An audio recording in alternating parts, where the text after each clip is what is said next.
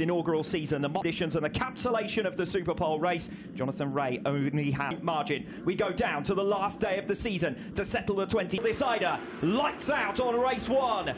Not a good start at all from Scott Redding. Rea is away, superb. Covering to the inside line. Toprak pushed back to third. It's Rea who leads early on. Gerloff loses a fourth. Gerloff a little tentative. Bassani comes through as well. Bautista also making progress. Ronaldo all the way up from 14th on the grid to 7th position just in the early stages. Toprak finding his feet in Scott Redding between himself and Razgatlioglu, but not for much longer. Redding tipping in there a little late and Toprak gets through. Toprak got off the line a little bit slowly. He's come up to speed pretty quickly here on lap 1, though, up into second. Scott Redding though on the switchback will have the inside line as they make their way off turns 13 and 14 up towards the championship. Toprak only needs second place in order to seal this title, but he's not one for who don't collect the back of him. Rea holds firm, less than a tenth of a second between them though at the end of lap number 1. Yeah, Toprak's looking pretty big crash. That could be Koenig at the start of the lap. Very spectacularly indeed in these conditions, and that's exactly what Toprak Razgatlioglu is trying to do here, hassling and harrying Jonathan Rea into a bit more confidence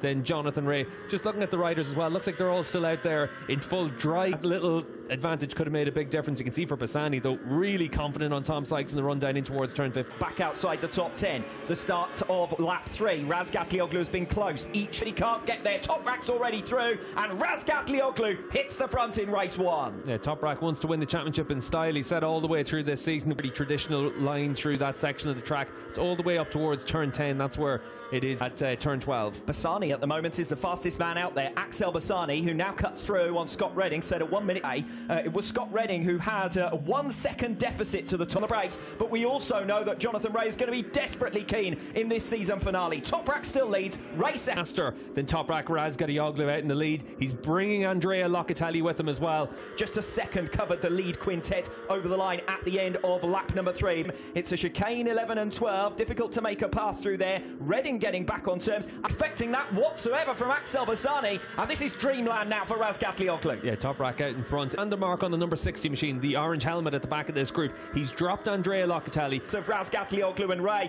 for the first time. Toprak went on to suffer a mechanical. Toprak the race leader, Redding still with them. Sykes half a second behind that lead quartet. A bit of a gap open right there with Bautista. Only a matter of time before Davis on the number 7 gets through. And here goes Axel Bassani on Toprak Razgatlioglu. Podium finished to his name. Remember back to those damp conditions in the Catalunya round earlier on in this season. Aggression as he fights his way through on Toprak Razgatlioglu for second position through turns back in this race so far. We're only a quarter of the way through and Rea now wants to hit the front of Razgatlioglu. Bassani working wonders for the current race leader, the new race leader. Yeah, we've said all the way through this weekend, it looks like in the dry conditions, Toprak would have had a few Yamahas up there with Bassani there, because he knows second place behind Jonathan Rea is enough to clinch the championship. Coming off that 10th turn and towards turn 11, he does. Rea had the better pickup. Razgatlioglu was aggressive back of him, half a second between the 4 of them at the end of the previous lap, and Bassani can't quite get it done on Razgatlioglu this time around. He's able to bridge the gap to the 2 Ducatis in front of him. Michael van der Mark in 6th position, matching the pace of Bassani. To the front, it's Rea who leads. Last time around, it was Razgatlioglu who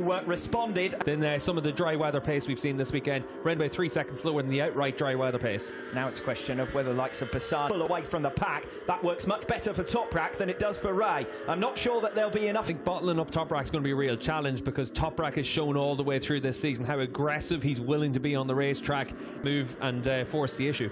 Yes, Michael van der Mark directly behind, right on the T1 series. Bit of a moment there for Bassani, defending 3rd position against Scott Redding. Still only half a... That time around for Jonathan Rea, Toprak just a tenth of a second slower, and that's why the leading 4 are stretching away. As it is right now, it's just who's willing to push that little bit harder, who's willing to see where that grip in the gap. Yeah, and Rea just trying to edge himself away in that middle sector of the lap. As you said earlier on, Alex, really able to stay with Rea. He wants to make sure that it's as safe a race as possible for him, as much as anything else. The safest way for that for Toprak. Gradually improved. Razgatlioglu in the slipstream, not close enough this time around into turn 1, but he was less than a tenth of a second behind. Certainly what we've seen all the way through this year is that these 2 riders so closely matched out on track all the way. Razgatlioglu doesn't need to take any risks trying to pass Jonathan Rea. He only needs to stay in front of Axel Bassani and Scott Redding to be world champion, but he's taking risks anyway. forces his way to the front on lap 9 of 20. Jonathan Ray said on Friday, if you make a move into turn 10. Where Ray's been making up his time on his direct rival, but he's tucked in behind him. There's no way to get through. Jonathan Ray ducks out of the slipstream in towards turn 1. Ray's going to be very aggressive here on Razgatlioglu. He's not close enough on the run into turn 1, but you could see a little bit of a change for him there. He wanted to make sure he was in a position to try and attack.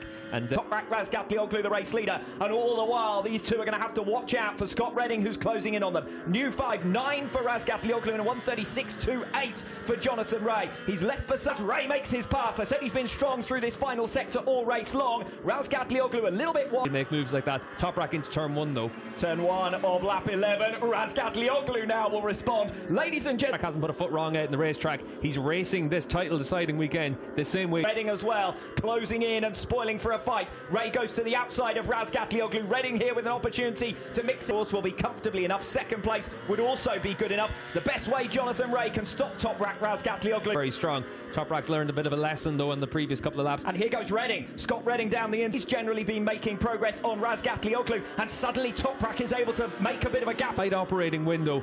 It's the fastest bike out in the racetrack, and right now Scott does look like he's got a lot more position. So this would be big progress for Bassani, who stands to make up 10 of the 14. Open the gas a little bit earlier, so he exits the corner very well. But you can see for Scott Redding, he's opened that gap to Jonathan Ray.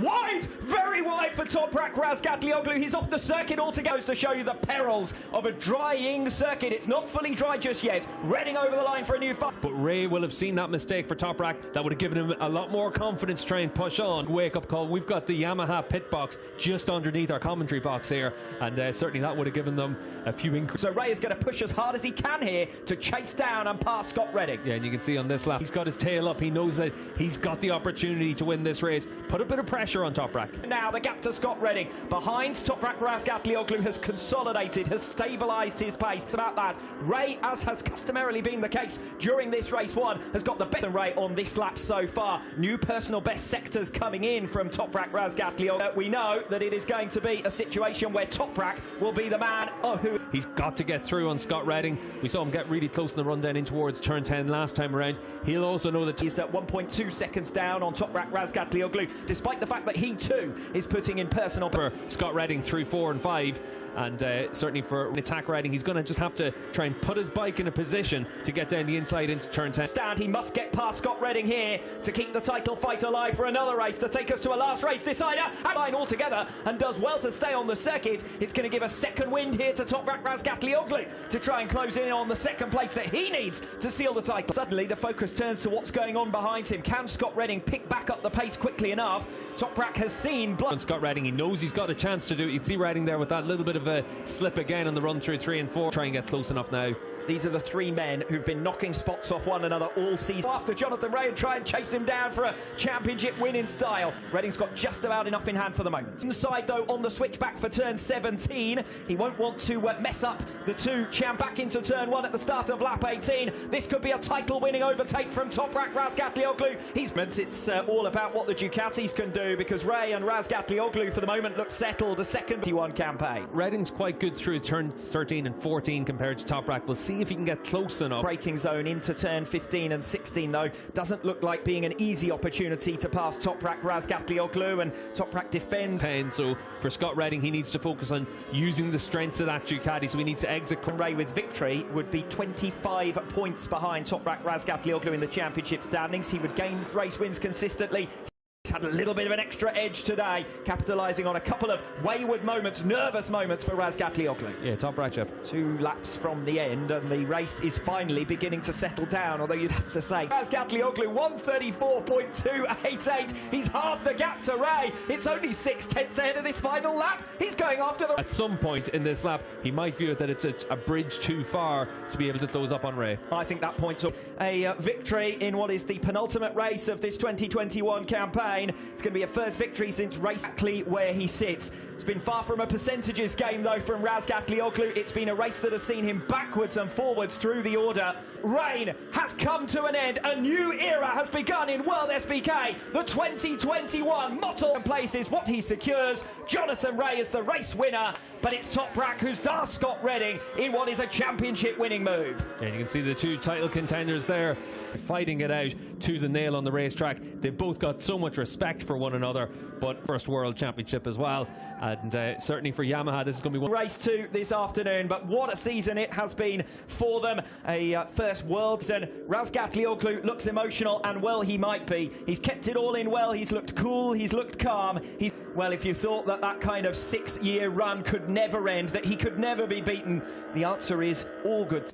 And he's pushed too hard on a few occasions, but he's been pushed to that point by Toprak and Yamaha. Remember, Toprak was the course of the last couple of months since then is a rider just doing absolutely everything he could to make sure he was able to tick all the boxes and get over the line. Well, if you're based on the other side of the world, then you've had to get up to his fellow countrymen. And now the preparations can begin for what will be his lap of honour. Is that they've been prepared for everything on the racetrack. Looks like they were prepared for something off the track as well. Again, just 25 championship points between Jonathan Rea and Toprak Razgat. And Rea era comes to an end even with him winning another race, but certainly with he would have been in a position to try and attack as well, and it definitely looked like he was willing to attack. And I think that says everything you need to know about the racer that Toprak Razgatlioglu is. Jonathan Rea halved the gap to him. I think he realised though in the first sector of that final lap it was time to think about the jam. Yamaha personnel down there. Looked like Ashley Banks was down there, and Ash is looking like it could be. For Jonathan Rea, he becomes a race winner at a 21st different circuit. 340 history is made. Toprak Razgatlioglu is the man to unseat Jonathan Rea. Third position in race 1 of this Pirelli Indonesian round. The numbers all prepared. The gold. He's had some tough times, and obviously enough over the course of the last few years, we've seen him really come into his own. Big journey for Top. Yeah, massive. Yamaha came back into World SBK in 2016. It took them a while to manage to get that program fully back on track. We saw them with Sylvain Guintoli, former world champion Alex